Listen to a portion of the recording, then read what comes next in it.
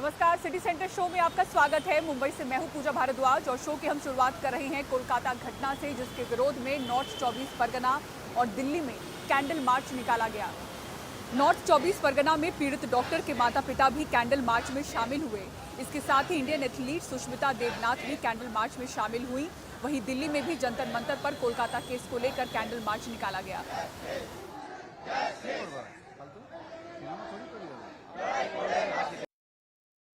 कोलकाता शहर पिछले कुछ दिनों से प्रदर्शन कर रहे हैं। कई जगहों पे कई लोग इकट्ठे आकर इस तरीके का प्रोटेस्ट रजिस्टर कर रहे हैं। आप देख सकते हैं इस वक्त हम जादवपुर के 8B बस स्टैंड में हैं, जहां पे कई लोग इकट्ठे हुए हैं, आए हैं, मोमबत्ती जलाकर अपना प्रदर्शन वो यहाँ पे दिखा रहे हैं। आप देखिए, मैं अपना कैमरा पर्सन को कहूँगा पूरा ये जो बस स्टैंड है घुमाकर दिखा दे। किसी के हाथ में मोमबत्ती, किसी के हाथ में मोबाइल का टॉर्च, और इसी तरीके से लोग अपना प्रदर्शन जता रहे हैं। आपको क्यों आज लगा कि यहाँ आके बाहर आना चाहिए, रात को 10 बजे ये मोमबत्ती जलाकर अपना प्रदर्शन रजिस्टर करना चाहिए? मुझे लगा कि एक प्रेशर बने रहना चाहिए, क्योंकि अभी तक हम लोगों को कुछ भी नहीं पता है कि उस रात कौन कौन था, और कुछ भी सामने नहीं आया है। प्रॉपर कुछ भी सामने नहीं आया है, कोई न्यूज़ सामने नहीं आया है। And we are here for justice. What about you? क्यों आपको लगता है कि यहाँ बाहर आना चाहिए?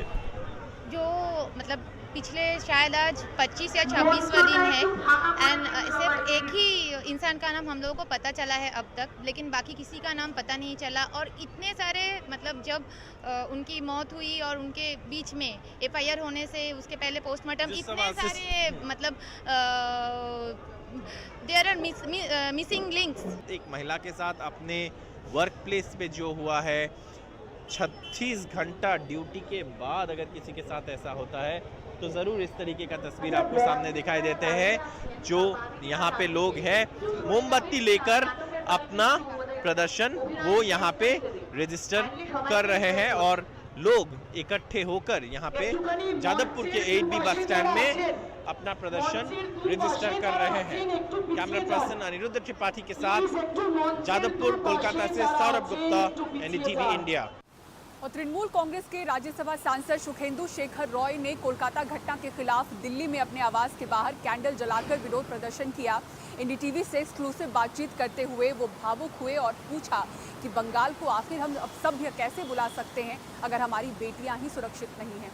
दिखाते हैं आपको ये खास बातचीत। आपने 14 अगस्त को कोलकाता में रिक्लेम द नाइट में ये किया था, आज आप दिल्ली में अपने घर पे कर रहे हैं, क्या कारण? देखिए, हम अकेले नहीं, 14 अगस्त को सारा बंगाल, सारा हिंदुस्तान और हिंदुस्तान के बाहर भी सारा दुनिया में जहाँ जहाँ भारतीय है सब लोग सड़क पे उतरे, सारा रात जागा। क्यों? ये इतना एक घिनौना, इतना भयानक ये जो घटना कलकत्ता शहर की ऊपर एक सरकारी अस्पताल में घटी, इसको कोई क्या बोलूं, सब बेनकाब हो गए, सब कुछ बेनकाब हो गए। हम लोग क्लेम करते हैं cultural city, cultural capital of India. It was never the culture of Bengal. ये बंगाल की संस्कृति नहीं है। हम बोलते हैं कि सांस्कृतिक राजधानी है भारत का। मुंह दिखाने का लायक नहीं है हम लोग। हमारे बच्चों के ऊपर ऐसा हो रहा है। अगर हमारा बच्ची सुरक्षित नहीं है, हमारा माँ बहनें सुरक्षित नहीं है, तो धिक्कार है ये हमारा पुरुष सरकार के ऊपर। सुप्रीम कोर्ट में बताया गया कि घटना स्थल जहां घटी थी जो ये कांड, उससे दूसरे जगह पे उनको डेड बॉडी लाया गया था, बदल दिया गया था। किसने बदला, कैसे बदला, कब बदला, क्यों बदला, ये सारे सवालों के जवाब होना चाहिए। और जो भी इसमें शामिल है सबको फांसी चाहिए। ये सारा बंगाल की मांग है, सारा भारत की मांग है, सारे डॉक्टर लोगों की मांग है, सारे जनता की। जनता जाग उठा, इंसान जाग उठा। इंसानियत को रेस्पेक्ट करना सबका काम है, सबको करने पड़ेगा, करने ही पड़ेगा। और अब अगली खबर साइबर ठगी से जुड़ी हुई।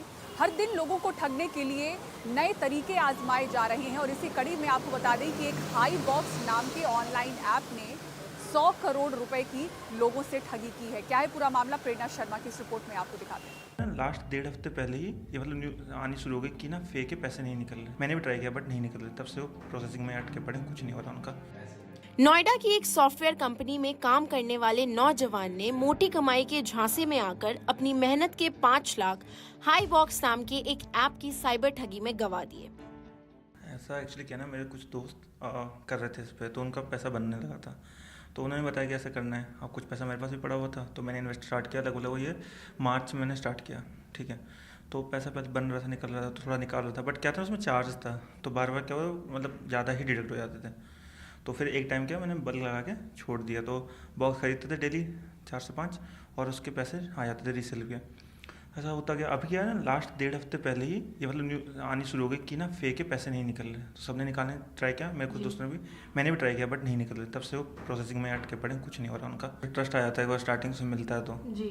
और फिर जैसे एलविश यादव है, बाकी इन्होंने उसका ऐड भी किया हुआ था, तो वो भी यही दिखाते थे कि इन्होंने भी कर रखा है। तो लगा कि सही टाइम है। कैसे अपॉर्चुनिटी पहले भी आई थी जिसमें ऐसा हुआ था, लोगों ने कमाया भी था। तो कई बार मिस हो जाता, तो फिर हमने कहा कर लेते हैं। तो किसको पता था कुछ हो जाएगा ऐसा। ठगी के शिकार ये अकेले नहीं हैं। ऐसे कई लोग और हैं जिन्हें हाई बॉक्स ने अपना शिकार बनाकर करीब 100 करोड़ रुपए ठग लिए हैं। ठगों ने इस तरह से ज्यादा लोगों को फंसाने के लिए लाखों रुपए देकर अभिनेत्री रिया चक्रवर्ती, यूट्यूबर एल्विश यादव, अभिषेक मल्हान सहित कई लोगों से अपना विज्ञापन करवाया।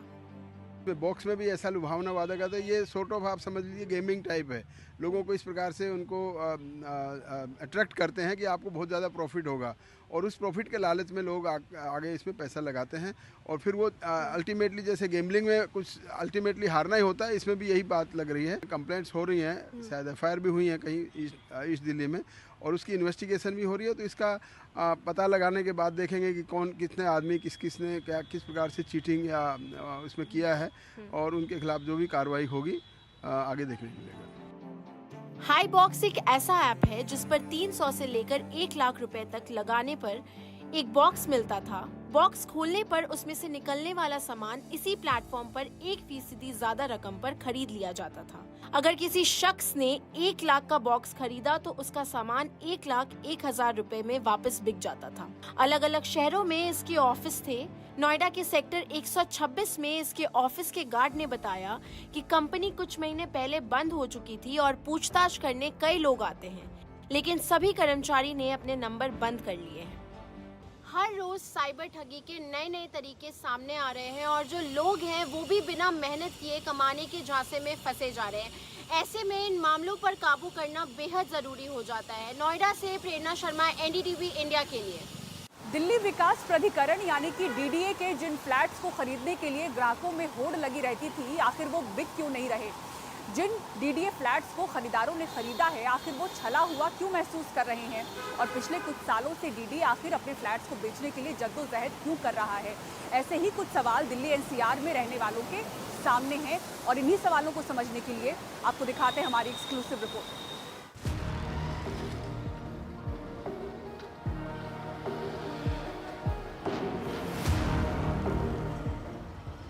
ये है शंकर जायसवाल। दिल्ली में करीब 20 साल से किराए के मकान में रह रहे हैं। ऑटो चलाते हैं। बाकी तमाम लोगों की तरह इनका भी अपनी छत का सपना है, लेकिन दिल्ली में अपने मकान का ख्वाब बहुत महंगा है। पहले इस सपने को पूरा करने का एक जरिया डीडीए के मकानों की लॉटरी थी, लेकिन अब वो भी आम लोगों की पहुंच से बाहर हो चुका है।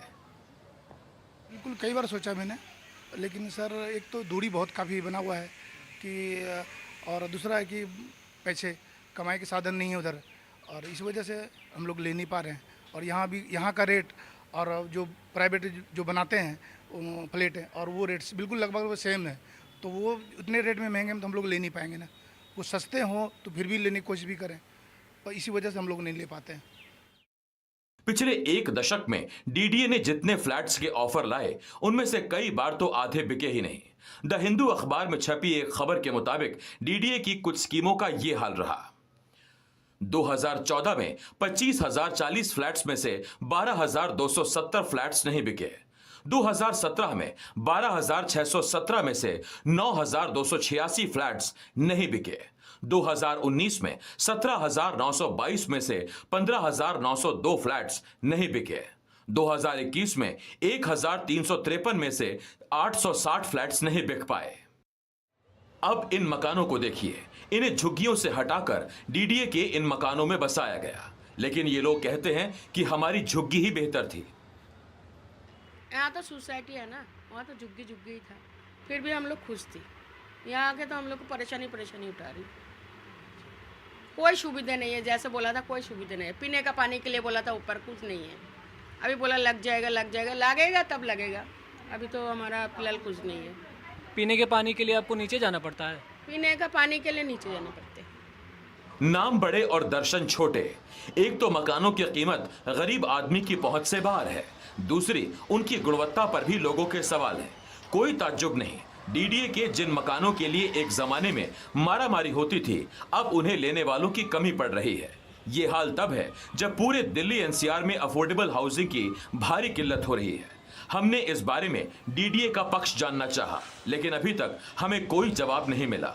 दिल्ली में जिन लोगों के पास घर नहीं थे, उन्हें घर दिलाने की सोच से डीडीए ने फ्लैट्स बनाने शुरू किए थे, लेकिन धीरे धीरे डीडीए भी प्राइवेट सेक्टर की तरह विशुद्ध लाभ हानि पर काम करने लगा।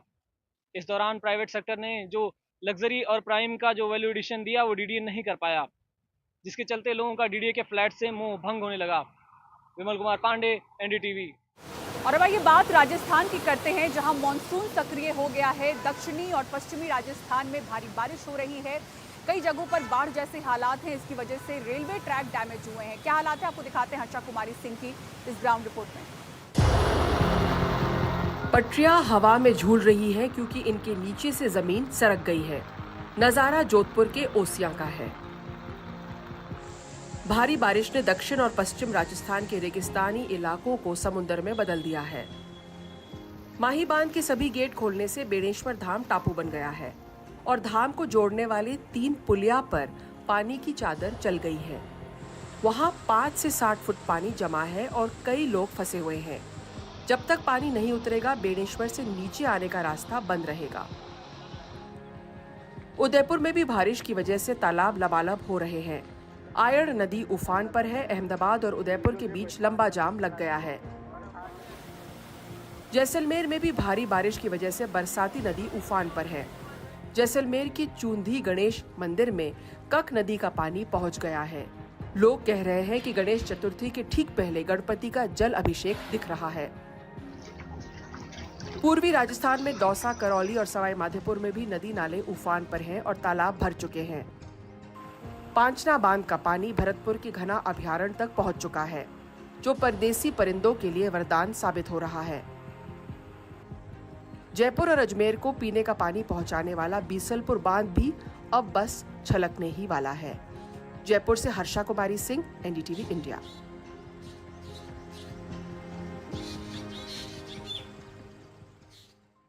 देश का सबसे प्रतिष्ठित संस्थान आईआईटी बॉम्बे, यहाँ के कैंपस प्लेसमेंट के आंकड़े सुनकर आपको हैरानी होगी। करीब 25% छात्र खाली हाथ रह गए और सालाना न्यूनतम वेतन भी गिरकर 4 लाख तक पहुंच चुका है। दिखाते हैं आपको मुंबई से ये रिपोर्ट। दुनिया की सबसे कठिन परीक्षाओं में एक आईआईटी जी पास कर ली। आईआईटी बॉम्बे जैसे प्रतिष्ठित संस्थान में सीट भी मिल गई। कैंपस प्लेसमेंट में भर्ती करने वाली कंपनियों की भी भरमार है। बावजूद इसके 25% छात्र खाली हाथ रह गए। वहीं आईआईटी के छात्रों को सिर्फ 4 लाख रुपए का सालाना पैकेज का ऑफर भी हैरान करता है।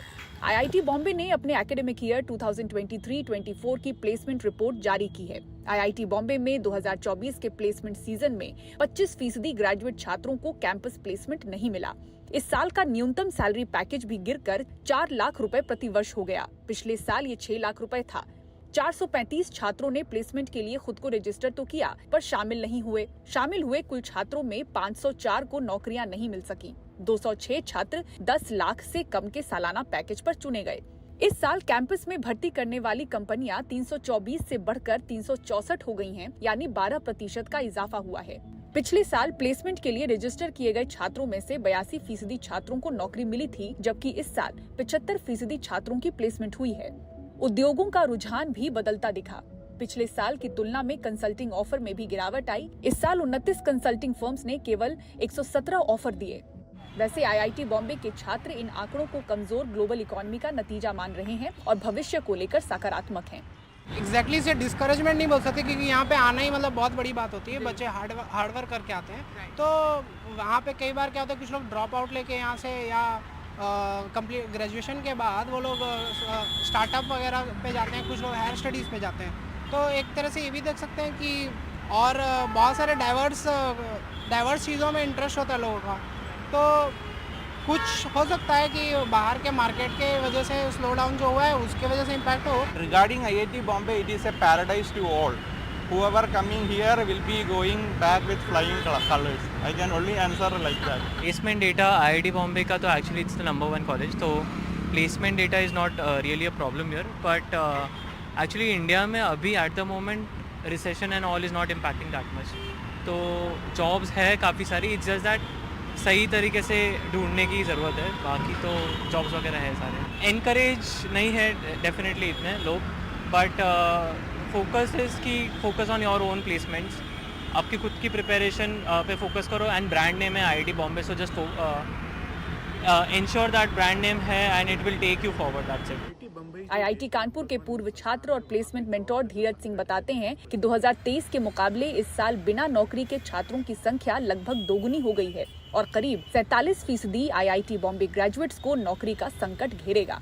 कुल मिला के अगर आपके 2400 बच्चे हैं और ये बाकी 50% बच्चे हैं जो किसी न किसी रूप से उससे गहरे तरीके से प्रभावित हैं, जो ये दर्शाता है कि हमारे देश में जो आर्थिक और औद्योगिक विकास है वह जॉब रहित है। और ये 2-3 सालों से इसके हमें पुख्ता प्रमाण मिल रहे हैं। और अगर आप इसको विदेश में दिखें, अगर यूएस इकोनॉमी से कंपेयर करें तो वहाँ जॉब्स निकल रही हैं, वहाँ इकोनॉमिक ग्रोथ भी हो रहा है और जॉब्स ग्रोथ भी हो रहा है, पर भारतवर्ष में ही जॉब ग्रोथ नहीं हो रहा है। जानकारों का अनुमान है कि इसी साल नौकरी संकट के कारण 15 लाख इंजीनियरिंग ग्रेजुएट्स में से कम 50% प्रभावित हो सकते हैं। मुंबई से कैमरामैन महेश हलवाई के साथ पूजा भारद्वाज, एनडीटीवी इंडिया। और कर्नाटक में डेंगू महामारी घोषित, आसपास गंदगी रखी तो जुर्माना लगाया जाएगा। दिखाएंगे आपको पूरी खबर एक छोटे से ब्रेक के बाद। आप देखते रहिए सिटी सेंटर शो।